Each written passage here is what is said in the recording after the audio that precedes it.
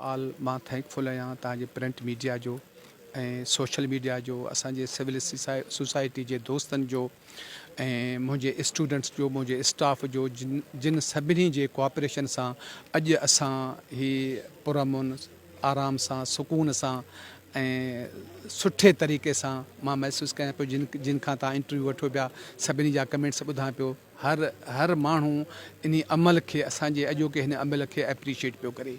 हिते जा माण्हू ग़रीब आहिनि, हिते जा माण्हुनि में शऊर ज़रूरु आहे, हिते जा माना माण्हू महिनती आहिनि। ऐं असां इहो सोचियो जेकॾहिं हितां खां रुॻो हैदराबाद अचण वञण में बि हू शायदि उहे फीस बि अफोर्ड न करे सघनि। इन्हनि ॻाल्हियुनि सभिनी खे मद्देनज़र रखी करे असां कोशिशि कई त हिते उमरकोट में सेंटर लॻायूं त जीअं असांजे स्टूडेंट्स खे का तकलीफ़ न थिए, आराम सां अचनि ऐं आराम सां पंहिंजो टेस्ट ॾेई हलिया वञनि। रेशो ॾिसो पिया, स्टूडेंट्स ॾिसो पिया, सॼो हाल भरियो पियो आहे।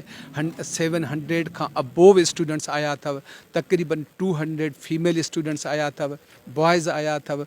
ऐं तव्हांजी सॼी सिविल सोसाइटी, तव्हांजी प्रिंट मीडिया हिन वक़्तु बि असां सां गॾु आहे। इट मीन्स असीं सभु पंहिंजा पाण में आहियूं। हिते जे तइलीम जे लाइ, हिते जे एजुकेशन लाइ, हिते जे कैंपस जे लाइ पाण सभु गॾिजी कोशिशि करे इन खे मथां कंदासीं।